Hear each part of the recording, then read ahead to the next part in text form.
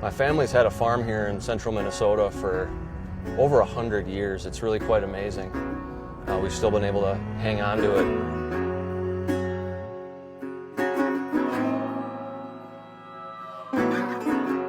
Every time I come up here, I find myself just driving these country roads for hours.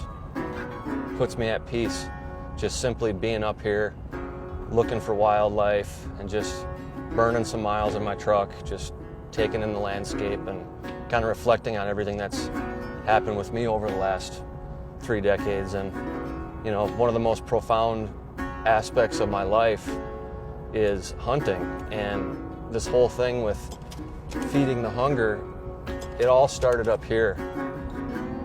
About 12 years old, killed my first whitetail, and now, thanks to National Wild Turkey Federation, there's a pretty healthy crop of wild turkeys up here. And over the years of being an avid hunter, turkey hunting has become my number one. So I've been waiting a long time to get up here and try to kill an old gobbler. And if I'm lucky, and if my ancestors are shining down on me and giving me an extra stroke of good luck, maybe I'll run into one of those gobblers in the next couple of days.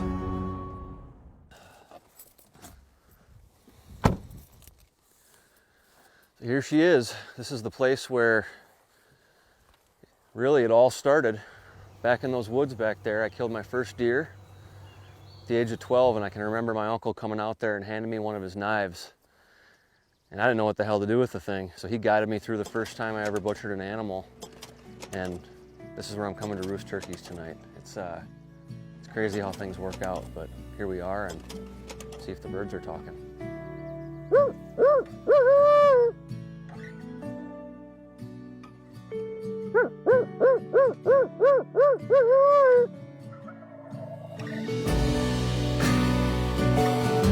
I'll be damned. Old man was right again.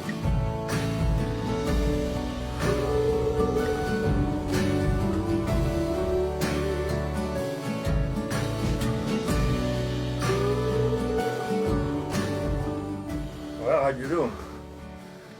Well, I hate to admit it, but they're right where you said they'd be. I wouldn't lie to you.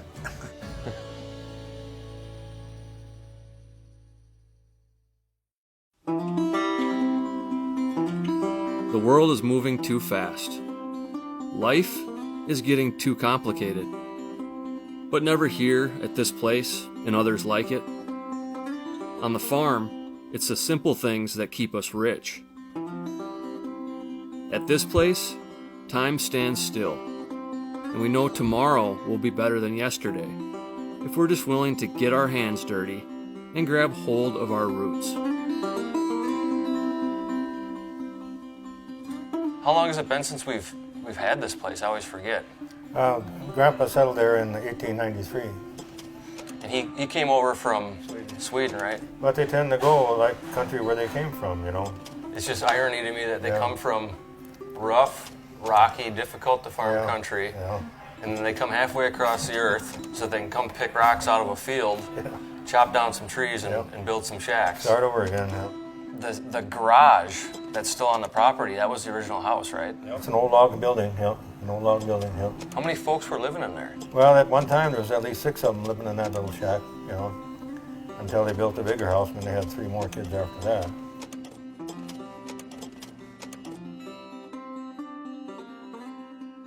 As I was growing up, being down in the cities, you know, I always felt like I was just kind of trapped in a cage. So every chance I could get up here, whether it be to fish or hunt or just come and hang out, I've always sort of had a deeper affinity for this place, and it shaped me in so many different ways. I mean, just as an individual, but also for my career, doing the whole outdoor writer thing and shooting this series. This is where the hunger was born, was up here in Todd County, hunting deer on the farm. Yeah. You know, it's kind of sad though. A lot of people just don't understand how to take care of their game. You know, they just don't understand it. When it comes to the hunting, what was it like back then? Well, there was a lot of pheasants. And when Dad was younger, a lot of pheasants. There weren't so many pheasants when Grandpa was first settled here, but later on there was a lot of pheasants. But there was a lot of grouse here when Grandpa settled here. Back then they could shoot and sell grouse And in one weekend he shot 40 grouse. And they salt them and package them up in a barrel and send them off to cities. You got a dime a piece for them. That was big money back then, you know. Yeah, you definitely can't do that now. Yeah. But when Dad was young, we had lots and lots of pheasants and a lot of duck shit. And of course, there was a lot of wood jets. So us kids had a lot of woods hunt squirrels, and all the kids out here hunted squirrels. yeah, it's when the light bulb turns on and you realize what you can do by going out into the field with a rifle or a shotgun or a bow. It's pretty unbelievable. There's really nothing like it.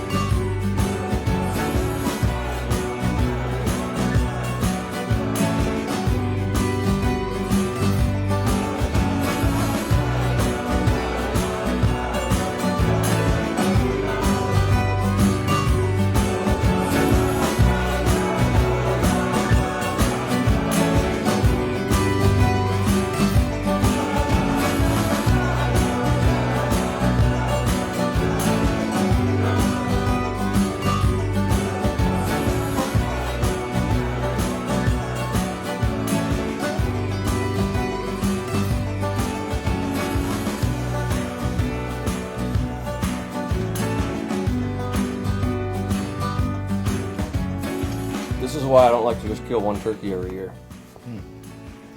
Shoot as many as I legally possibly can, as many states as I can get to. I like having a stockpile of these bad boys in the freezer to last me through the year.